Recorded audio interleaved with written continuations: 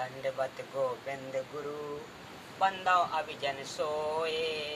पहले बये प्रणाम तिन नमो जो आगे होए। गुरु को कीजे दंडवत कोट कोट प्रणाम।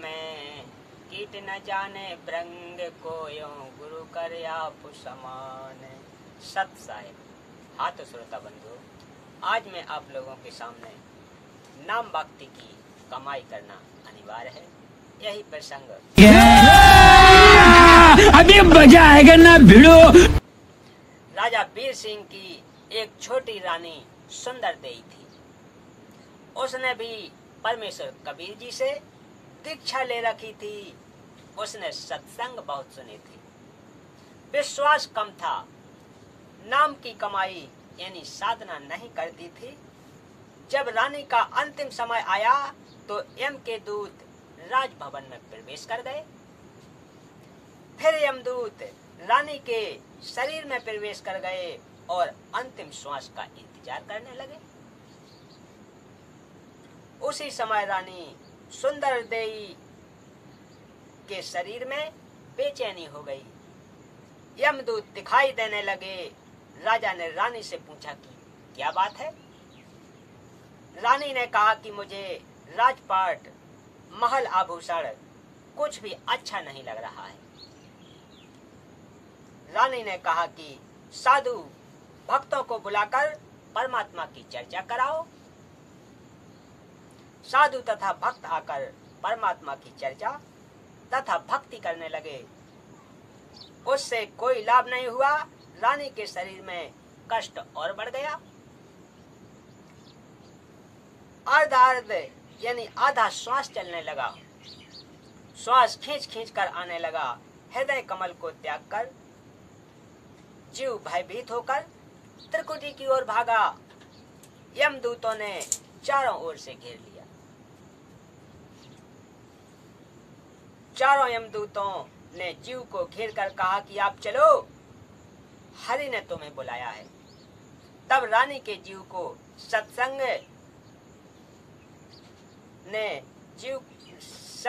तब रानी के जीव को सत्संग वचन याद आए। उसने यमदूतों से कहा कि हे बटपाल, हे जालिमो, तुम यहाँ कैसे आए?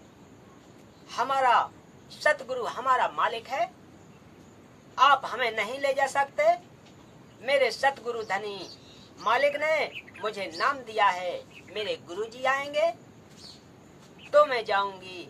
यह बात सुनकर यम के दूत बोले कि यदि आपका कोई खसम धनी है तो उसको बुलाओ, नहीं तो हमारे साथ परमात्मा के दरबार में चलो। जीव ने कहा कि धरनी आकाश से नगर न्यारा, तहाँ निबाजे धनी हमारा। अगम शब्द जब भाखे नाऊं, तब यम जीव के निकट नहीं आऊं। पहले तो रानी को विश्वास नहीं हो रहा था कि सतगुरु जी का सत्संग में ज्ञान सुना रहे हैं वह सत्य है। वह सोचती थी कि यह केवल कहानी है, क्योंकि सब नौकर नौकरानी आज्ञा मिलते ही दौड़ाते थे। मनमर्जी का खाना खाती थी, सुंदर वस्त्र आभूषण पहनती थी। उसने सोचा था कि ऐसे ही आनंद बना रहेगा। यह तो पूर्व जन्म की बैटरी चार्ज थी। वर्तमान में चार्जर मिला, नाम मिला तो चालू नहीं किया, यानी साधना नहीं की। जब बैटरी की चार्जिंग समाप्त हो जाती है तो बैटरी डाउन हो जाती है। आप कहाँ थे ज्ञानी बाबा? तो सर्व सुविधाएं बंद हो जाती हैं। फिर ना पंखा चलता है, ना बल्ब जलता है। बटन दबाते रहो, कोई क्रिया नहीं होती।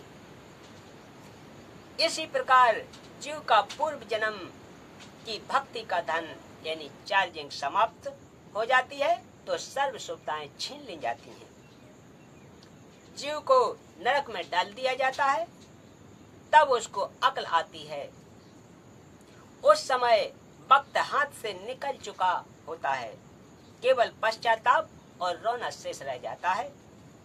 रानी सुंदर देवी ने सत्संग सुन रखा था, पूर्ण सतगुरु से दीक्षा ले रखी थी, नाम की कमाई नहीं की थी, वह गुरुद्रोही नहीं हुई थी, गुरु निंदा नहीं करती थी।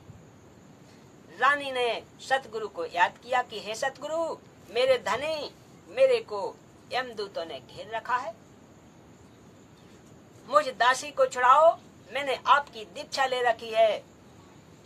आज मुझे पता चला कि ऐसी आपत्ति में न पति, न पत्नी, न बेटा बेटी, भाई बहन, राजा प्रजा कोई सहायक नहीं होता।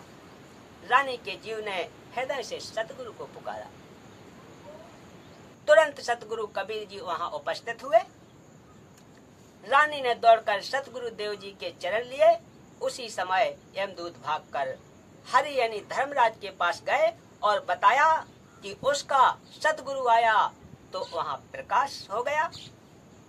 जीव ने सत सुकृत नाम जपा था, उसको इतना ही याद था, इस कारण से उसको यमदूतों ने छुड़वाया तथा पुनर्जीवन बढ़ाया। तब रानी ने दिल से भक्ति की। फिर सतगुरु कबीर जी ने पुनः सतनाम सार नाम दिया।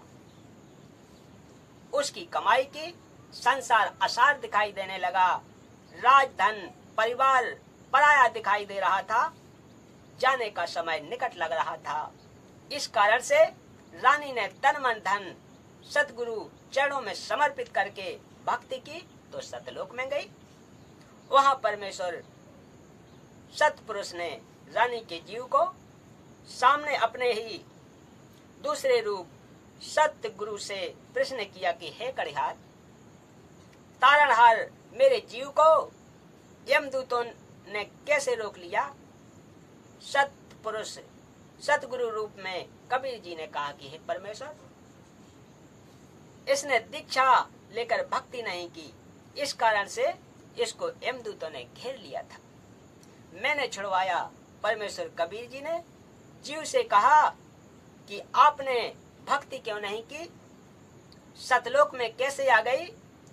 नीचा सिर करके जीव ने कहा कि पहले मुझे विश्वास नहीं था, फिर यमदूतों की यातना देखकर मुझे याद आई, आपका ज्ञान सत्य लगा, आपको पुकारा, आपने मेरी रक्षा की, फिर मेरे को वापस जीवन दान दिया।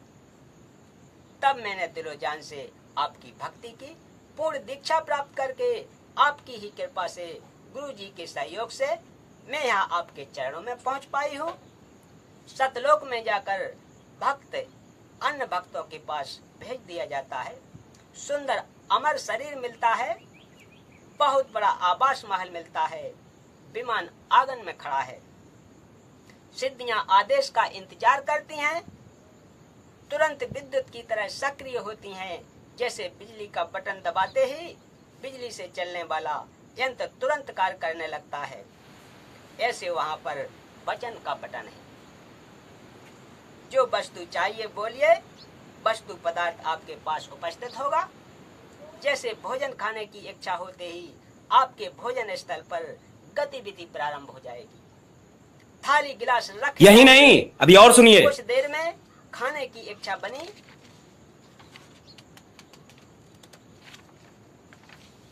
तो सिद्धि से उठकर रसोई में रखे जाएंगे।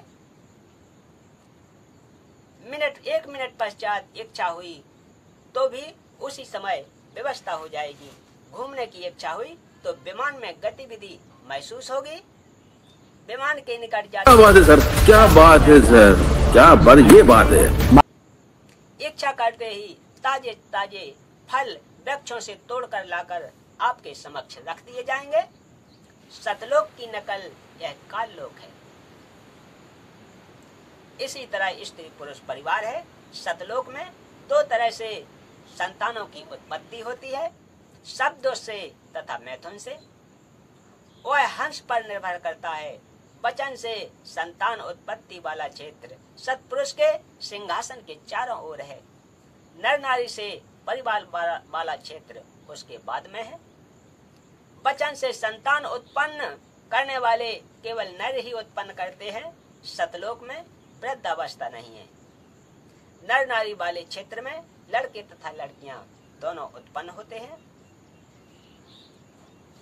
विवाह करते हैं केवल वचन से। जो बच्चे उत्पन्न होते हैं वे काल लोक से मुक्त होकर गए जीव जन्म लेते हैं, फिर कभी नहीं मरते न वृद्ध होते। जो सतलोक में मुक्त होकर जाते हैं उनको सर्वप्रथम सतपुरुष जी के दर्शन कराए जाते हैं। उस समय उसका वही स्वरूप रहता है जैसा पृथ्वी से आता है, परंतु वृद्ध नीचे से गया तो वहां सतपुरुष के सामने उसी अवस्था व स्वरूप में जाता है। उसका प्रकाश 16 सूर्यों के प्रकाश जितना हो जाता है। उसके पश्चात उसको उस स्थान पर भेजा जाता है जो सबसे भिन्न है। वहां जाते ही उसका स्वरूप तो वैसा ही रहता है, लेकिन उसके शरीर का प्रकाश 16 सूर्यों जैसा हो जाता है। परंतु यदि वृद्ध नीचे से गया हो तो युवा अवस्था हो जाती है। जवान है तो जवान ही रहता है, बालक है तो बालक ही रहता है। वहां पर एक को सतपुरुष के वचन से स्त्री पुरुष का शरीर मिलता है। कुछ बीज रूप में सतपुरुष द्वारा बनाए जाते हैं, जिनका फिर एक बार किसी के घर सतलोक में जन्म होगा, परिवार बनेगा। उस स्थान पर वे हंस एक बार जन्म लेंगे जो काल लोक तथा अक्षर लोक से मुक्त होकर जाते हैं। एकांत स्थान पर रखे जाते हैं।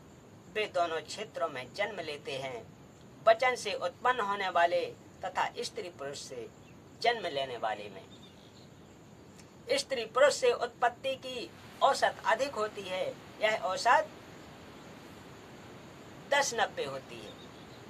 यह 10% वचन से उत्पत्ति, 90% विवाह रीति से उत्पत्ति होती है।